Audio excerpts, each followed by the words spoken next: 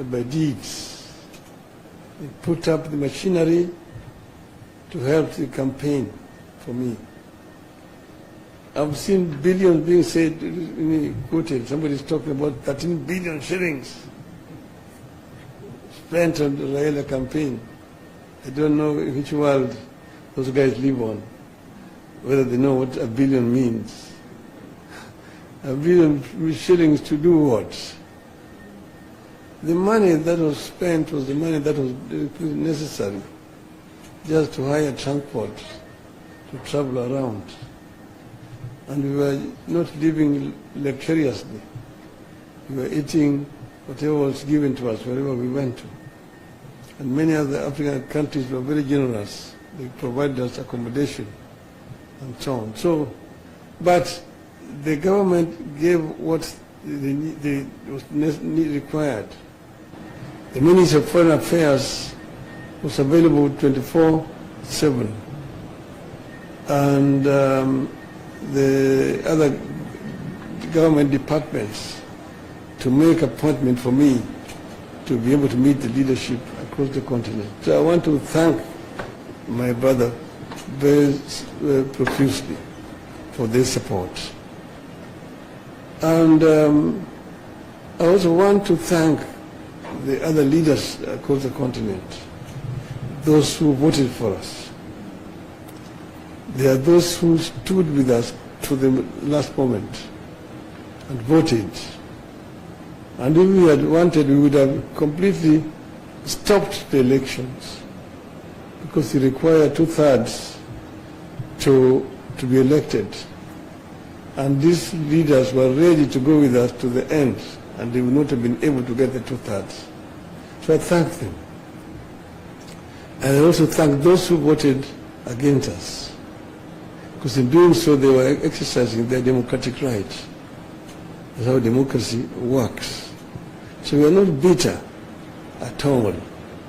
I congratulated my competitors, the candidate from Madagascar, the candidate from Djibouti, who eventually won, and I wish him well, indeed. So we are available to help the continent of Africa, but more importantly, we are also available for Kenya. I'm back home here. I'm going to meet with my friends, my supporters, and I'm going to consult widely what's going on forward. And in due course, we're going to announce our way forward. So we'll give a way forward very, very shortly. Today, we just came to meet. I asked for this meeting to come and thank the President and his team for the support they've given me, and also to thank the Kenyans who have supported me throughout all this period of campaign. And I just want to say, watch this space. I will be talking again. Thank you very much. Thank you, my brother.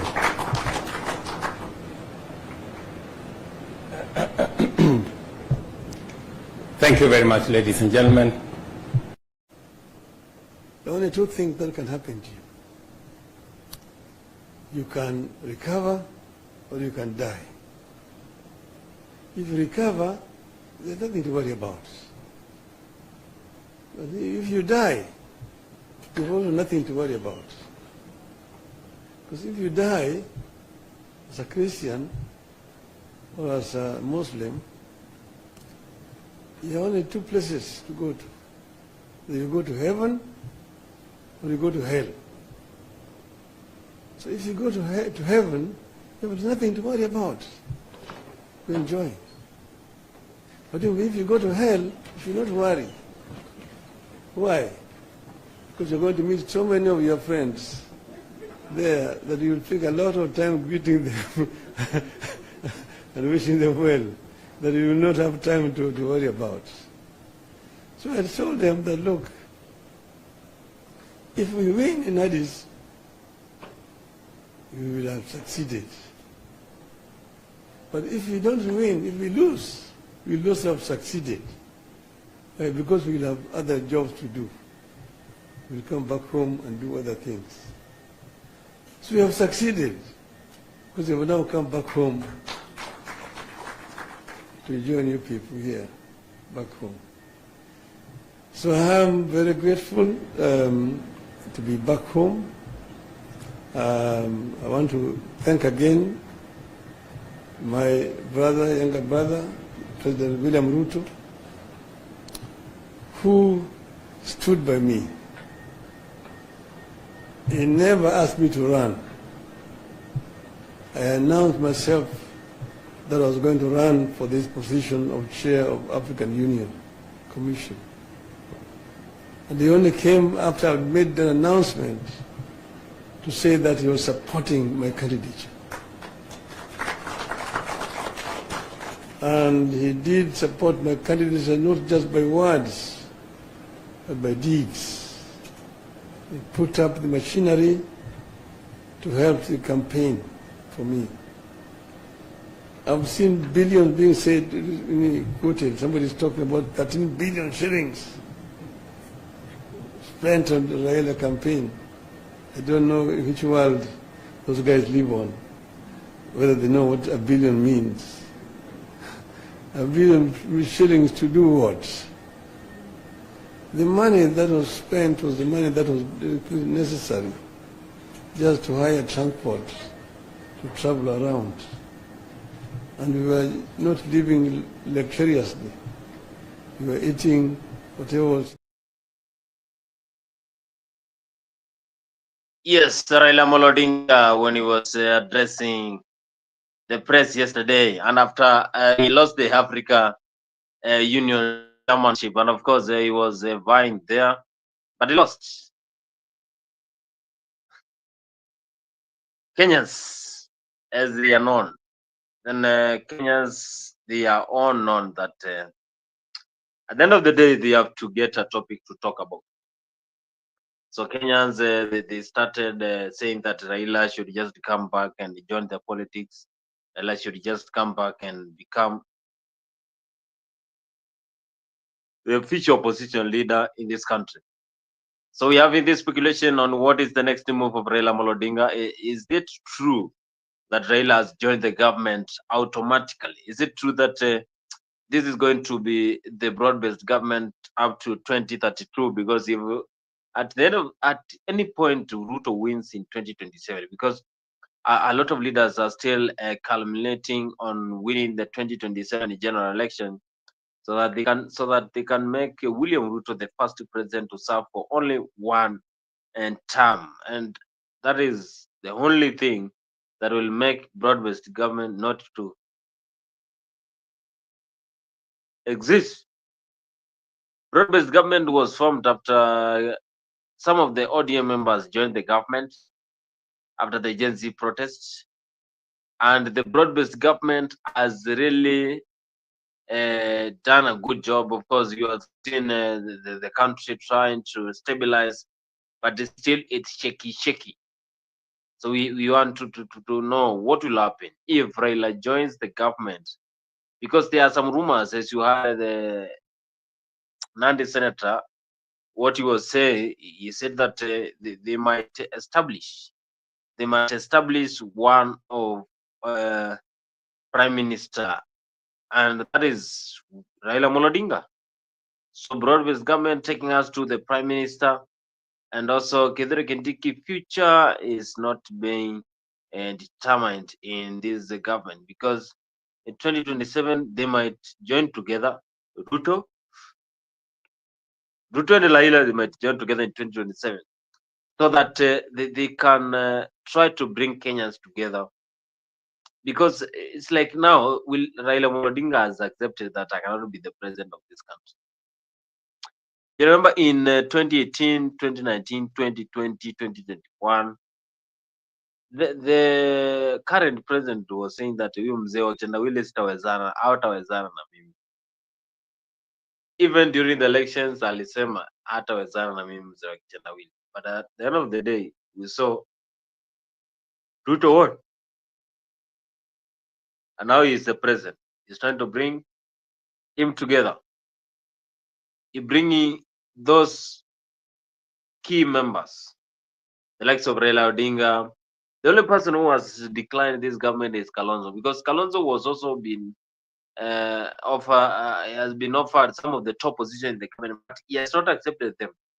There was a rumors that Kalonzo was to become the Speaker of the National Assembly, but he declined. Raila was given that support, and that support to AU seat has really given the Luos and the Western people that confidence that they are ready to vote for William Ruto.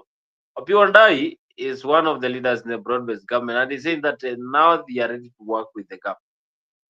And I want to tell Kalonzo Musyoka to please leave us alone. Mheshimiwa Kalonzo Musyoka, please leave us alone. We are still hurting as a people. This idea that every now and then, before elections, people run to Raila Amolo Odinga.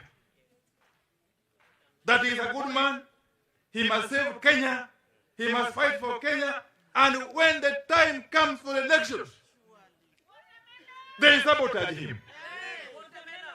They sabotage him. So we have made a conscious decision to work with President William Ruto. So Kalonzo Musyoka and your ilk, please leave us alone. But more importantly, one, as a people, we have made a conscious decision. And as things stand, there are only two formations, two political formations going forward. Either you are with the broad-based coalition that I belong to, or you are with the Wamunyoro coalition. There are no two ways. There are no two, there's no third way. Two. You are either with us in the broad-based arrangement, or you are with Wamunyoro. So don't confuse us. So stop confusing us. Just declare where you stand, and then we decide how to handle you. There are vultures. There are political vultures who have fed on Raila's political blood for far too long. These are the vultures who would always want to see Baba languishing on the streets all the time, as they benefit politically. Those vultures, we must call you out, because your time is up. And those vultures are not just out there, they're also here. Hii mradi ya Sirandu imetugharimu shilingi karibu milioni 12. Na itawezesha customers karibu 105 na zaidi kuunganishwa kwa stima. Na hii ni hatua nzuri sana. Na hii kazi tunaifanya katika nchi zote. Tunaifanya katika kila pembe ya nchi. Let me first of all talk about this issue of vandalism. Itakuwa jambo mbaya sana ya kwamba serikali inashughulikia mambo ya infrastructure, ikiwa barabara au stima, na serikali inatumia pesa nyingi zaidi, na ilihali wenye wanafaa wapate usaidizi kutokana na hizo miradi wanaendelea kufanya ile inaitwa vandalism,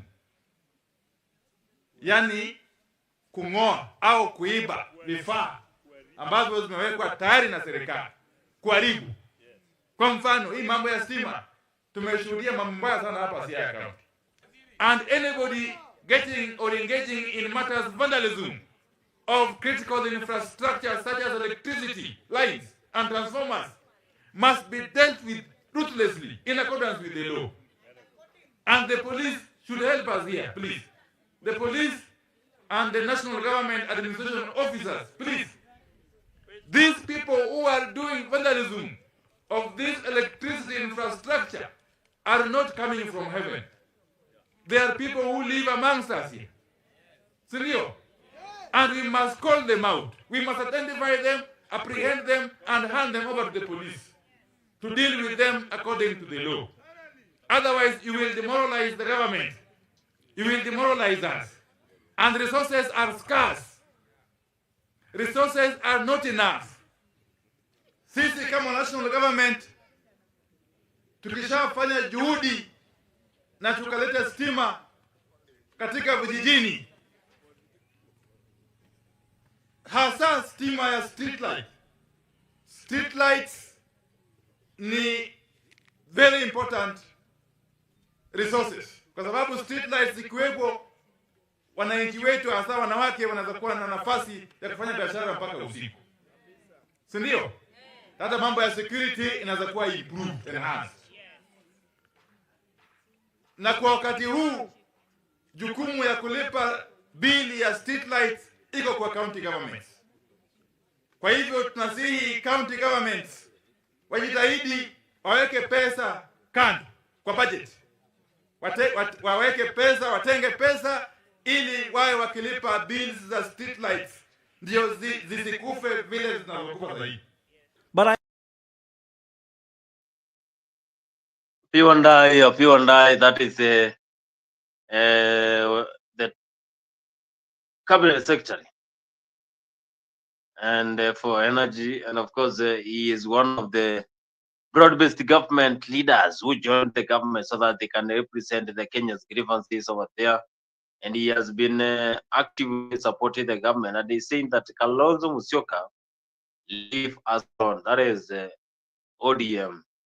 He is also saying that some of the leaders have benefited from Raila Amolo Odinga, but when it comes to election, they will sabotage, and that is when Raila loses.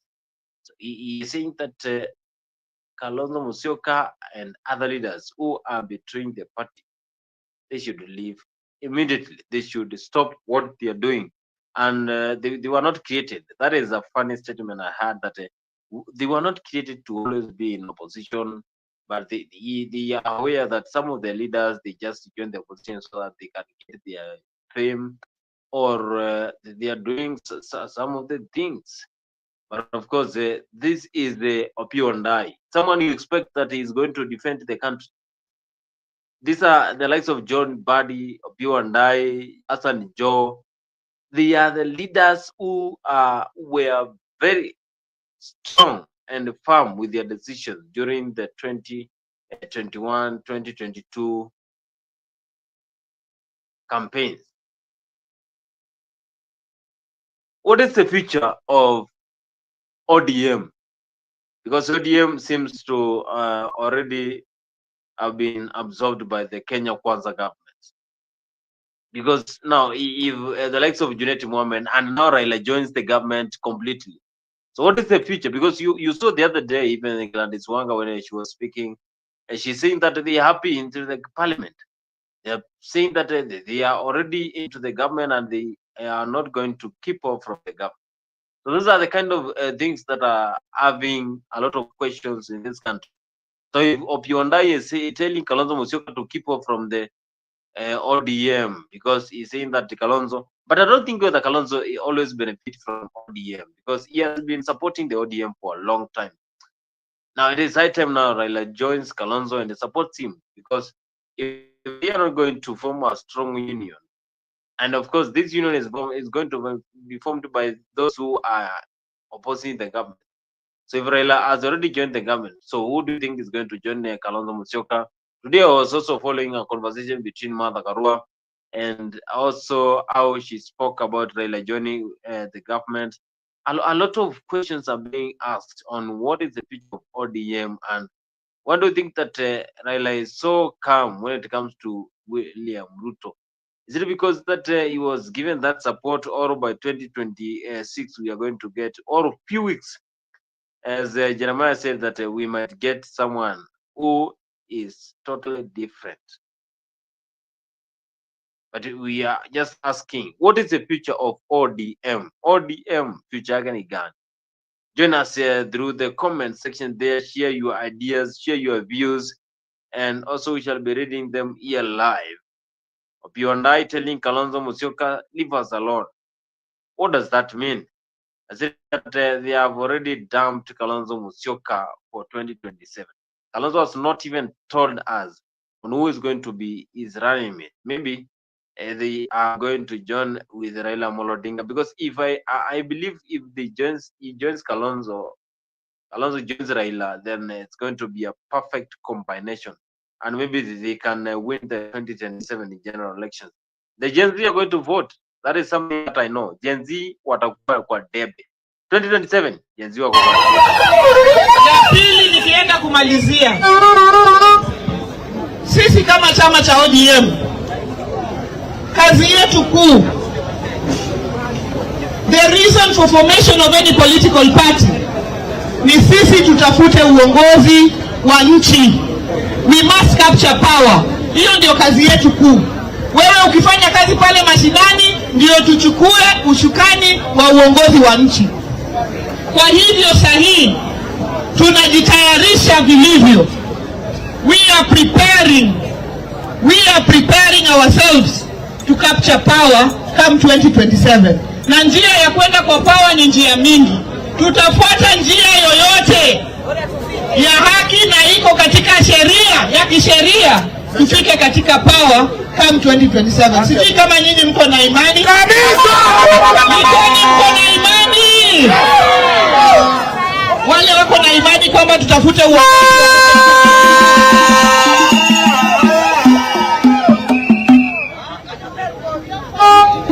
kwa sasa kuna vijana wetu tumewapeana katika broad based government. Hatuko ndani ya serikali lakini tunasaidiana na serikali. Kijana wetu Hassan Ali Joho sahihi anaweza kuja hapa na mambo ya blue economy, asaidie wavuvi na mambo ya mining. Huyo ni kijana wa pwani, si kijana wa pwani. Mnajua Hassan Ali Joho? Mnampenda? Juzi tumekuwa Addis Ababa. Nyinyi mlituona huko. Hapa mkutuona.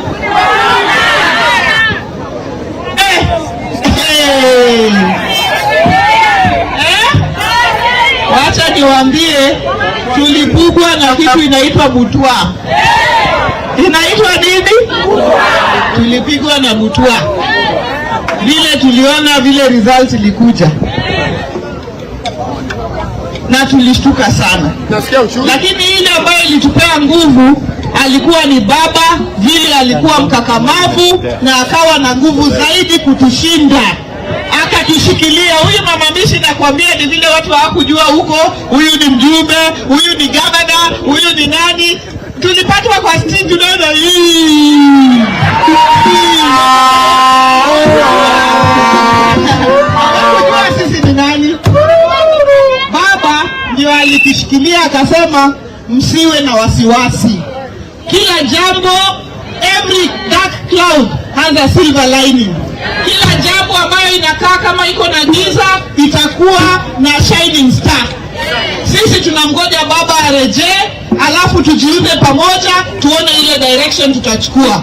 Lakini ile lazima niseme kama mwenyekiti wa chama, tukiwa Addis Ababa, tunataka kumshukuru sana rais wa nchi Mheshimiwa William Samoei Ruto, kwa sababu ile yote angeweza kufanya kama mwanadamu baba apate ile kiti alifanya.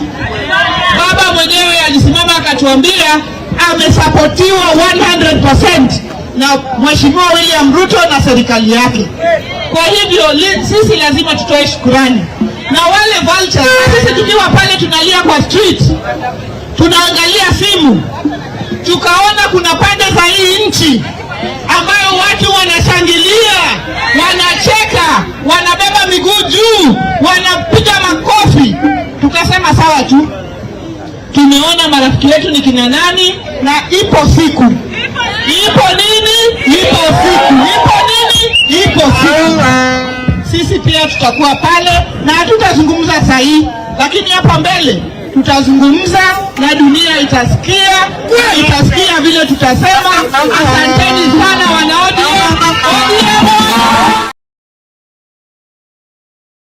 Yes, that is Gladys Wanga. Gladys Wanga, of course, you know, she's the governor of Homa Bay County, and she is one of the close members to Raila Amolo Odinga.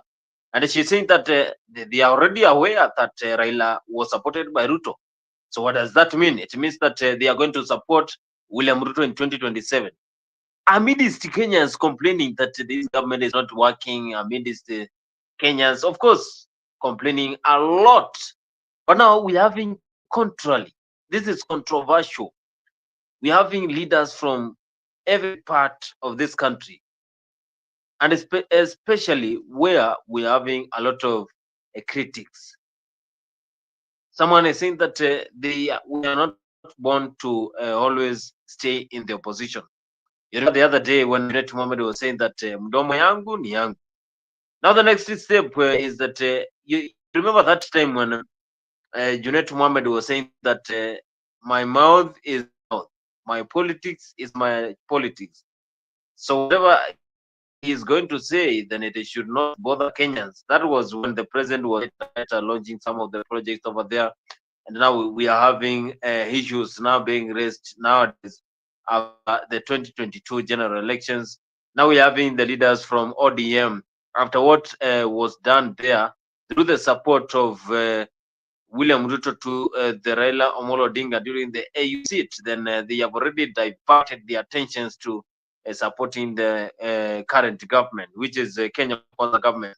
Something that is going to happen for the next 5 years. So if William Ruto wins in 2027, then we're going to go until 2032.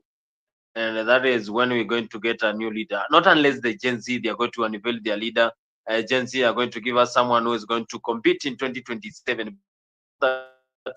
In 2027, expecting a lot of to turn up in large numbers. They are not going in 2027. You are not going to wait for someone to go and vote for you. It is your right. It is your right to go to those police stations and vote for your leader, a leader who is going to transform this country, a leader who has the better vision for this country. So if you make a mistake, kufukuza Justice Martha Koome. And I want to tell you, my people of Meru, huyu rais tulimchagua, tulimpenda. Alikuja na Biblia, tukafikiria ni Mkristo, mtu mzuri. Alitudanganya, hakutudanganya. Tukamchagua. Kufika pale ametumia hiyo kiti kumaliza watu ya Mount Kenya. Ameanza na Rigathi Gachagua, amemfukuza. Akarudi akafukuza Metheka. Sasa amepanga jama ya kumfukuza Martha Koome. Na amepanga pale kotini anahonga watu kufukuza Martha Koome. Mimi nakuuliza Rais William Ruto, hii watu ya mlima walikupenda, walikupatia kura, uliwadanganya na Biblia. Umeamua kumaliza watoto wote kutoka mlima. Kiongozi yeyote ambaye hako na msimamo, umetupangia jama ya kutufukuza katika serikali katika Kenya. Na anataka akifukuza hii watu, amalize biashara zote za watu ya mlima Kenya. Lakini mimi nakuambia rais, ukifukuza Martha Koome, usikanyange hapa Meru. Mimi nataka nikuambie, ulifukuza Rigathi Gachagua, watu ya mlima wakanyamaza. Ukafikiria ni waoga. Tunakuambia rais, wewe panga jama, ufukuze Martha Koome, na wewe ukae Nairobi, usikanyange hapa Meru tena ukifukuza Martha Koome. Negwano ito. Nemo wetekera Martha Koome igato. Mtakubali? Kwani wa Meru mmekuwa waoga? Unajua this is too much now. How do you purge the leadership of an entire community that made you president? Umepanga jama ya kumaliza jamii ya mlima, kumaliza viongozi wao wale wako na msimamo na kuweka vibaraka, kumaliza biashara ya watu ya mlima. Mambo ya miraa ulituahidi utaangalia. Ameangalia? Ameangalia? Si alikuwa anakuja hapa kwa gari anakula miraa akiwa kwa gari juu? Ilikuwa ni uongo, si uongo? You know, how do you take an entire community as fools? Umetutumia vibaya kama jamii. Umetutumia vibaya kama tissue paper. Tumekuchagua. You have turned against us as a community. Umesanya jamii zote kuziunganisha kutuelekea sisi kama jamii. Lakini tunakuambia William Ruto, Mungu hatakubali umalize jamii ya Mlima Kenya. Siko namna hiyo. Sasa hii wabunge ya Meru, Martha Koome anafukuzwa, wamenyamaza. Huyu mjumbe wenu mlimtuma kule akanifukuze? Mlimtuma akapitisha finance bill? Hata wa Meru amenyamaza. MPs wote 10 wamenyamaza. Kwani tumekuwa nini Meru? What is happening to the people of Meru? Watu wa Meru wanajulikana kwa kuwa wanunui uoga. Watu wa Meru ni watu shupavu. These are the descendants of the Mau Mau struggle. Tulikuwa na General Mwaliama, General Baimunge. What has happened to the leadership of Meru? Ya kwamba munaketi na Rais William Ruto akipanga kutumaliza kama jamii, akiumiza viongozi wetu. Anapigana na mama rais, ulipigana na mimi Rigathi Gachagua, mimi ni mwanaume. Wachana na Martha Koome, ni mwanamke. Bono unapigana na wanawake. Can you fight your fellow men? Si ndio? Apigana na wanaume? Awachana na huyu mama. Na huyu mama anafukuzwa kwa sababu amekataa kuua mtu ya Yesa. Si ndio? Mtasimama na Martha Koome? Mtasimama na yeye? Huyu mama akifukuzwa, nipige filimbi mtoke kwa barabara. Mtatoka hamtatoka? Mtatoka hamtatoka? Nemuka umera? Yes. We are not going to sit again. We are not going to sit again as William Ruto destroy the leadership of the Mount Kenya Legion. It's too much. It is too much. It cannot be. Pahali huyu rais ametufikisha sasa, it is too much. Semeni is too much. Yes. Na hao viongozi wote wamesaliti jamii, mumepanga mambo yao. Hao viongozi wote wa Meru ambao wamesalili jamii yetu, wametuuza tumbo zao. Mtawashughulikia? Mtawashughulikia? Saa ngapi asubuhi 2027? Saa ngapi? Asubuhi na mapema. Mtawashughulikia? Mtawashughulikia? This community called the Mount Kenya region will deal with traitors for the next 50 years.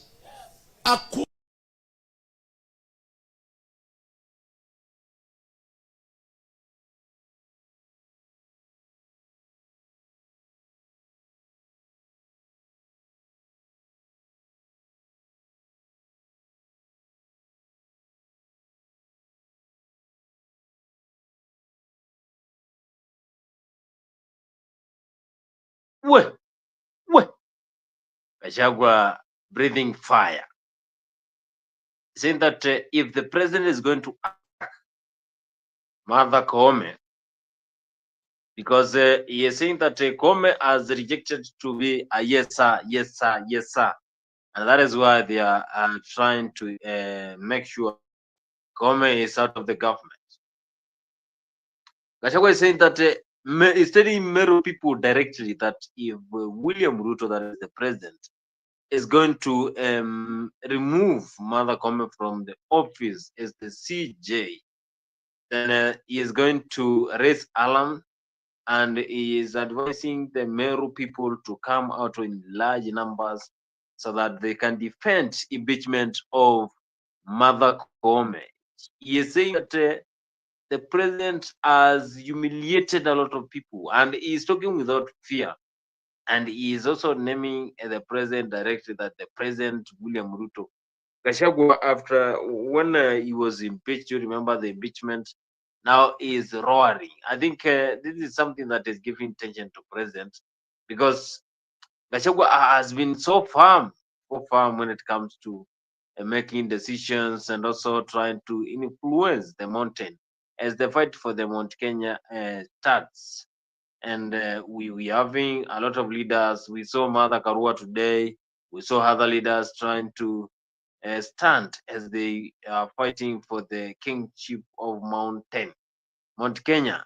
Who's going to be the next kingship of Mount Kenya? But Gachagua he has gained popularity because most of people, personally, I used to know him as a very small politicians before he was elected, he was selected as the running mate of William Ruto. But when he was chosen, then he gained fame.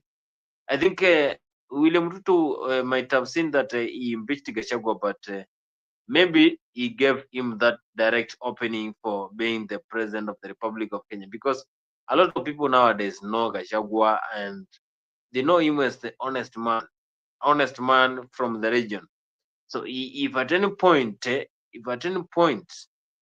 Gachagua is going to get someone who is strong in 2027, the likes of course, Matiang'i. I know Matiang'i is going to raise the Jubilee party leader, as you are from one of the members over there. But Matiang'i and William Ruto will have that fight when it comes to general elections, because we have to get a winner. At the end of the day, Gen Z might make a difference. Gen Z might make a difference that costs, a difference that Uongo, hakuna kazi inaendelea. Alafu wanakuja kufukuza watoto wetu kazini. Sasa sisi tutakuwa na gari yetu na tutakuwa na zaidi ya wabunge 120 katika bunge ambayo itakuja. Na hiyo gari ndio ya pekee ya area hii. Rais ataunda chama zingine, atatengeneza mahwilbaro ingine nyekundu, tutamwambia hiyo ni ya rais. Atatengeneza wheelbarrow ingine ya blue, tutamwambia hiyo ni ya rais. Hata atajaribu kusimamisha watu wengine urais wagawe kula yetu. Hao watu yote tutamwambia wale wametumwa na yeye. Sisi tunamjua, tunamuelewa. Tunamuelewa sana. Alikuwa anajaribu kugawa at Mount Kenya East na Mount Kenya West. Wameru mtakubali? Sisi hapana wajinga. Ati alikuwa anasema Wameru na Waembu na Wadharaka mjitenge. Ati Wakikuyu pande ile. Si hiyo ni njia ya kutumaliza? Sisi hapana wajinga.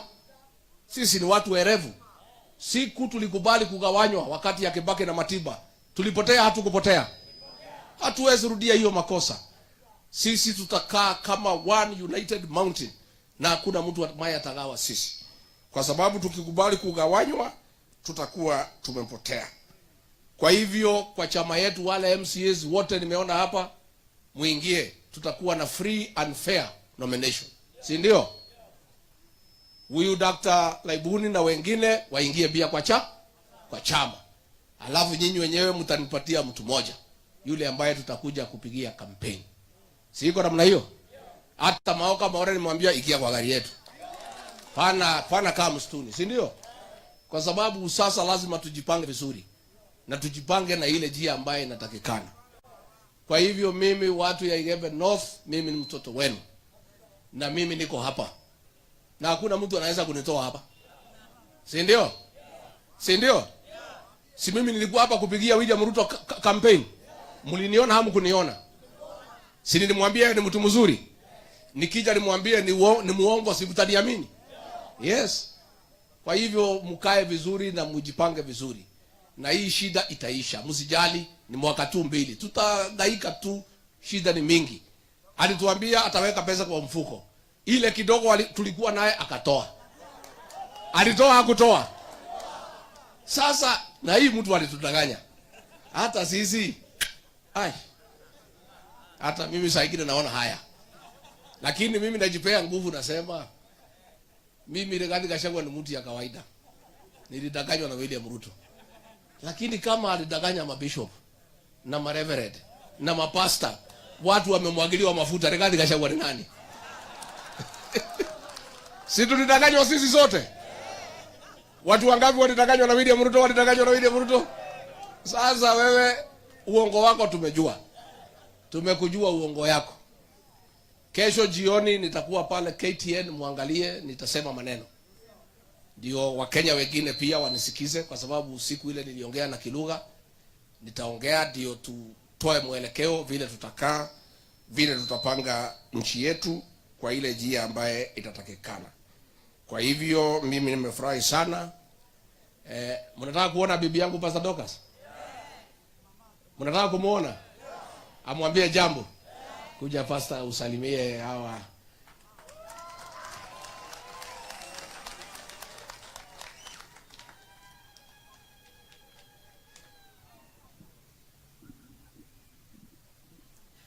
Bwana asifiwe. Andũ aitũ mũrĩega. Mũrĩega rĩngĩ. Ngai nĩ mwega. Na hĩndĩ ciothe. Our bishop na leadership ya kanitha.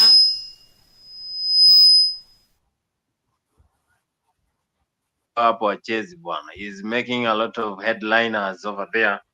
And he's saying that even the president lied to the bishops and church leaders. I don't think whether he's talking that because of issues, because we have seen how the Kenyans have been complaining about the current situation in the country. And of course, a lot of resources are being squandered when it comes to this time. So, Kenyans, they really compare previous government and the current government. Also, we also have we also have the 2013, 2007, 2002. Yes, Alex, unafikiri Gachagua anaongea juu ya henga issues ama yuko sawa? Anasema mambo mingi. Good evening to you, Bonnie. I hope you're doing well. Naona leo umetuvalia jezi ya the reigning champions Liverpool, but that's on a light note. So ever since Rigathi Gachagua was impeached, he has been injecting, he has been speaking things of truth. Amekuwa akisema vitu zenye wananchi wanataka kusikia.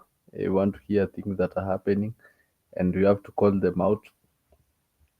So it's a good thing the way he calls things out. But one thing, Bonnie, as I said, and I've said many times, he has to understand not everything is about his region. And there is no one who is after his region, like the way he's making it look like.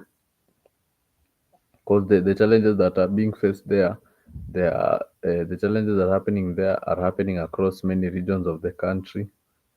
So I think, but the problem is Rigathi he's an autocrat. So I can't expect him to be anyhow different or to come up with different ideas or policies. But if there's one thing which I will agree with Professor Kithure Kindiki that he said, I think about a year ago, is there's no way the citizens can be crying. Let's say the economy stuff, SHA is not working, or even the education system is failing, the healthcare system is not working. Leaders also are crying. So if the citizens are crying, leaders are supposed to provide solutions to the challenges. They're supposed to come up with proper policy implementation and also try to come up with solutions to the challenges that citizens are facing. So for me, what I can say is, apart from him heckling the president and also exposing the things that are happening in the previous government, I haven't had any policies that he stands for that are of benefit to this country.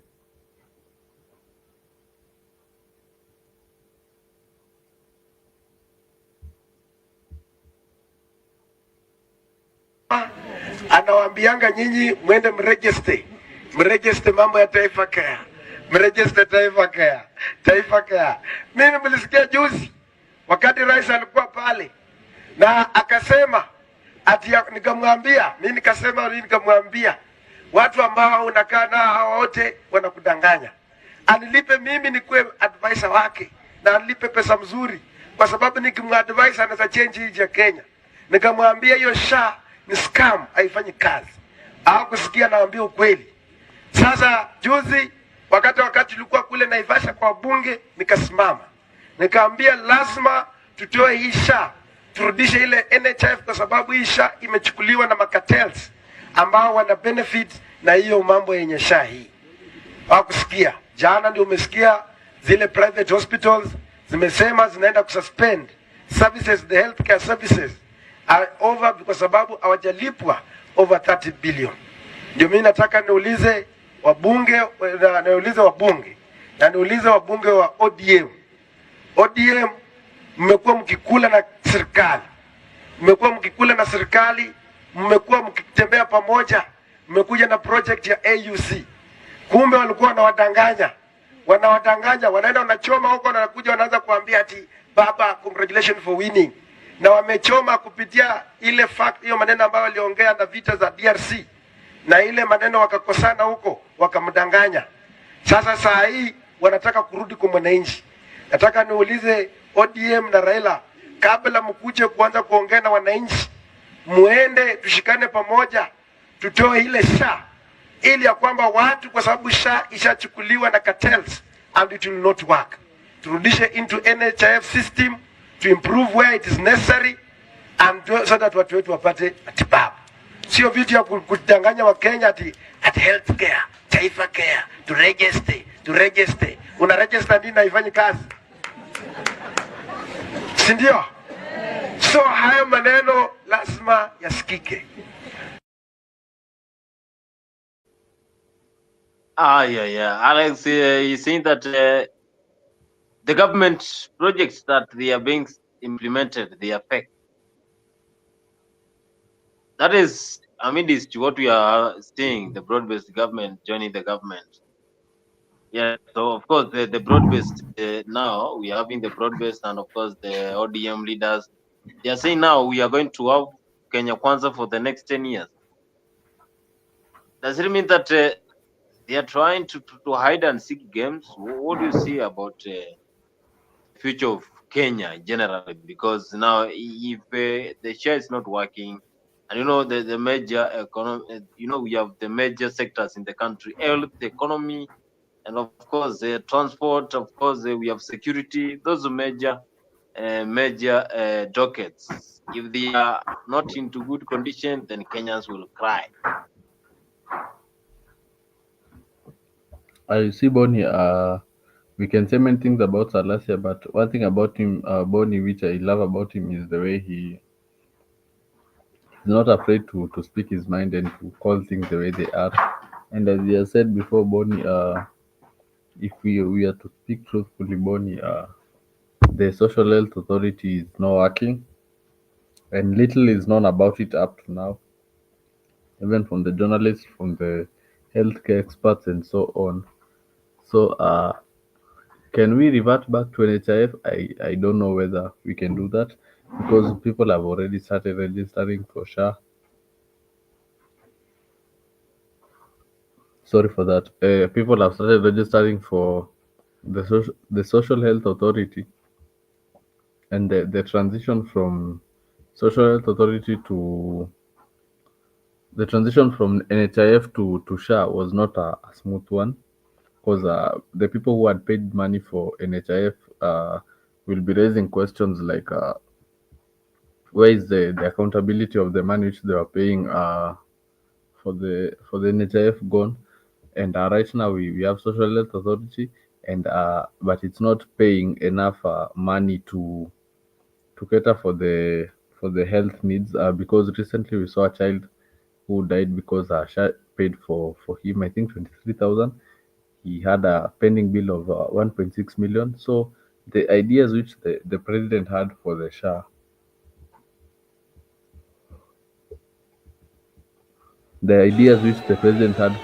are fully implemented.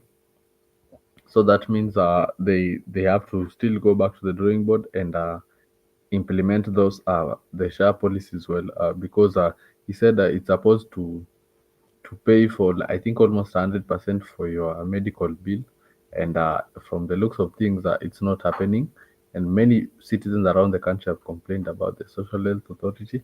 So I don't think we can go back to NHIF right now. The best we can do is just to try and make sure the best possible, and to make it easier for the people. And the president also said that there will be no corruption in the SHA. So I hope the foundation of SHA will not be based on corruption. And I think going forward, we cannot tamper with the healthcare sector, because it's very delicate. Losing a child because the hospital bill was not able to be catered for is terrible, because that's a life that is lost. And and there are so many issues. healthcare is very delicate. Yeah, that's the word I'm looking for, delicate. So it should not be tampered with anyhowly. So we just have to build on SHA and to make it better and to implement good policies that can try and make it better than NHIF. So that's my take.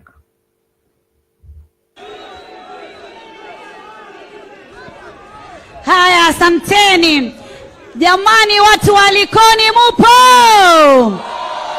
Mbiu ya mgambo ikilia huwa ina jambo, na jambo lenyewe ni Daktari William Samoei Ruto. Leo amekanyaga katika TVET ya Likoni jamani, na Waswahili wanasema mgala muue, lakini haki yake mpeni. Haya, sasa hivi tu tumekuwa hapa, milioni 10 inatolewa, kweli si kweli? Sasa hivi amri imetolewa ya kupata computers, amri imetolewa ya kuweka perimeter, amri imetolewa ya kutengeza taasisi with other classroom. Jamani, twataka nini? Mimi nataka nimwambie William Ruto wanasemaje. 2025, 2026, 2027, 2028, 2029, 2030, 2031, 2032. Wapi kelele ya Daktari William Samoei Ruto? Mheshimiwa Rais pamoja na makamo wako. Nyamazeni Morio, nyamazeni tusikie maneno. Itifaki zikizingatiwa, mimi nataka niseme Mheshimiwa Rais, tunakushukuru watu wa Likoni. Tuko na Dongo Kundu bypass, tuko na special economic zone, na watu 98% wamelipwa. Imebaki 2% only ambao wako na matatizo kidogo yanasuluhishwa.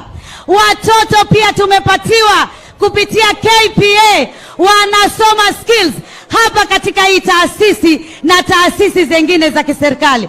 Mheshimiwa Rais, hapa Likoni tuna market anda Waziri Joe na Abdulswamad Sharif Nasir, market ambayo imejengwa kupita ufadhili wa serikali na county market ya wavuvi wetu. Jamani, hebu tumpigie makofi rais jamani. Tukirudi pale, nataka nikuambie Mheshimiwa Rais, wewe juzi ulisimama na baba, ukasimama na baba kidete kule African Union, lakini Mwenyezi Mungu alikuwa na sababu, Raila arudi, mushikane kidete, na sisi tukiwa hapo tuongoze taifa la Kenya, vijana wapate ajira na nchi yetu iweze kunawiri. Nataka nikuambie Rais, tunaomba Huduma Center katika sehemu ya Likoni, katika Chief's Office tutengezewe Huduma Center, watu wetu wasipate shida. Nataka pia nikuambie Mheshimiwa Rais, mambo ya mashamba, kuna Pentagon, kuna Mwananguvuze, kuna Bububu Extension, kuna hata kule Mtongwe kuna absentees landlord.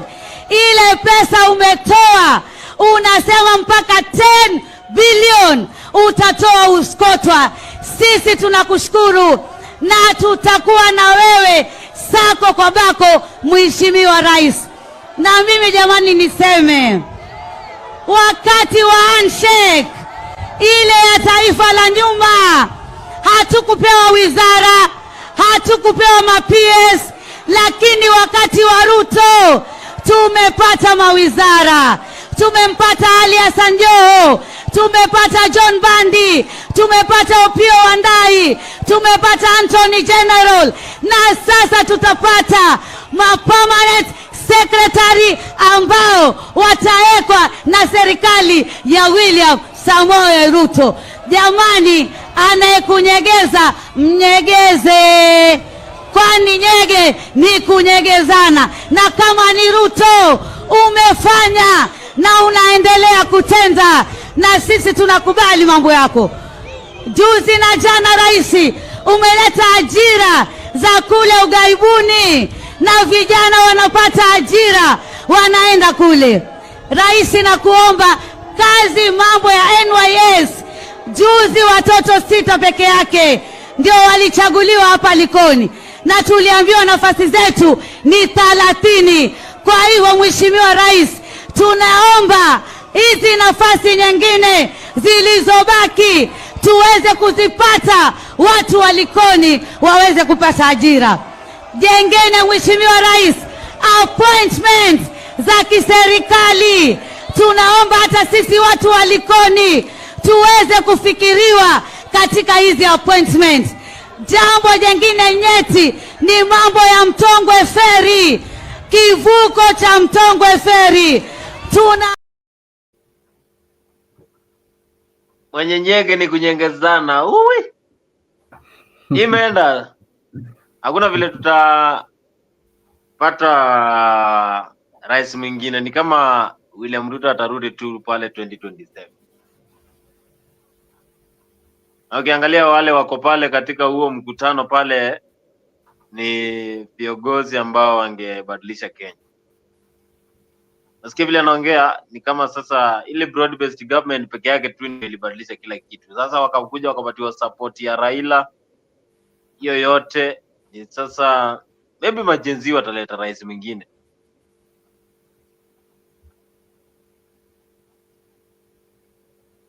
Unaona, you see, Bonnie, one thing with this ODM,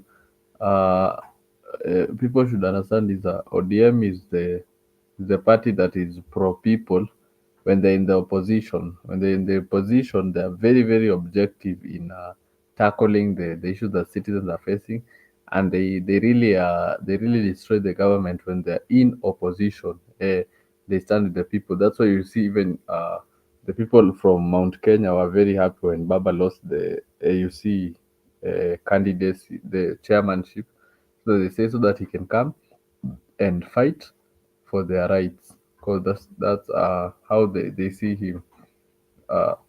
But if we are to sincerely speak, Bonnie, whenever they get now into power, everything that they stood for, they leave behind.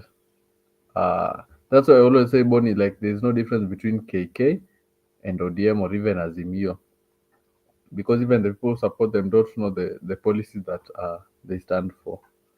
So right now that they're in power, apart from us hearing from Sifuna and once in a while Babu Owino, all of them, Bonnie, are not speaking because why? They went into power.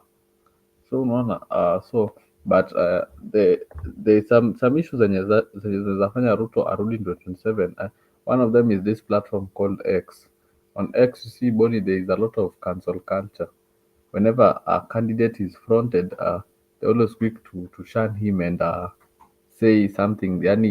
Anytime if somebody mentions Kalonzo for presidency, they just find something to throw shade on Kalonzo so that he's not a good candidate. When people front the name of Okiya Mtata, people are finding ways of shunning him, saying, oh, Okiya alipeana sijui kina Kibet Bull wakashindwa. Oh, Kalonzo sijui is not able to account for where Baba got the money for his campaign. When people front Martha, there are people who are saying that Martha was part of the Kibaki regime, that she helped them to be able to steal the election. So when it comes to Morara, they said he's not able to account for the money that they gave him to do the Vampire Diaries. So anytime, Bonnie, I hear a name is mentioned, Kenyans on X are just finding ways, Bonnie, to go and shun that person. If Matiang'i's name is mentioned, they said he participated in extrajudicial killings. The time Baby Pendo died, they said Matiang'i harassed Miguna. They also said Matiang'i was part of he was the CS for security at the time when bodies were being thrown in Kware. So one thing I've noticed is whenever a name is fronted, it's us as the citizens who are shunning that person. So if we shun everyone, so who are the Kenyans going to front as their candidate in 2027 to try and see whether they can remove President Ruto from office if we shun each and every leader? So we're just the people are just making it easier for him to be able to walk into State House again and clinch the seat. Yesterday, as we talk, we mentioned something that foreigners are being given IDs without the vetting so that they can come and vote for the president. And also, he cannot just sit and wait for the 2027 election without also him kujipanga. So the citizens, and Jeremiah Kioni also mentioned something that the citizens should, the people in opposition should not be very confused. Otherwise, if they are confused, they will not be able to bring down President Ruto. So there has to be structure from the opposition, and we pray and hope that this time they are not going to be gullible. They are going to stand by principle and go and deliver the things which they are saying right now. Go and advocate the things that they are saying. If they are speaking about incompetence, when they get there, they go become competent. They are speaking about integrity, they go there and have integrity. They are speaking of the constitution being respected and upheld. The leader to get that seat from opposition should be a leader who can uphold the constitution and serve each and every part of the country, Boni, regardless of whether they supported them or they didn't. Yani democracy iweze kuenea vizuri kwa nchi hii. Otherwise, Boni, people are going to roll the red carpet for the president to win the 2027 election. Thank you. Mumesikia rais amekuja hapa ili kuendelea kutimiza ile ahadi alitoa wakati wa uchaguzi. Alisema atabadilisha uchumi wa kila mahali ikiwemo hapa kwa Pwani. Ndio umeona ameongea mambo ya blue economy, mambo ya mashamba na mambo ya barabara na vile vitu ameongea hapa, ikiwemo mambo ya special economic zone. Jambo la pili, rais amekuja hapa kwa sababu ya TVET hii yetu ya Likoni. Nishukuru mheshimiwa wenu kwa kushirikiana na serikali ili hii TVET ujengwe hapa, kwa sababu ujuzi ambao vijana watapata hapa utawapatia ajira na watakuwa wananchi wa kutegemewa katika siku za uzoni. Kitu ya mwisho, rais ametuambia kwamba ili tuwe na umoja wa kitaifa, yeye na mheshimiwa Raila Odinga wameamua kuunganisha nchi yetu ya Kenya. Sasa mimi nataka niwaulize, mungetaka mheshimiwa rais waendelee kufanya kazi na mheshimiwa Raila Odinga? Waendelee wasiendelee? Munaunga mkono broad-based government ya William Ruto na Raila Odinga na Hassan Joho na Mishi Boko na Salim Mvurya?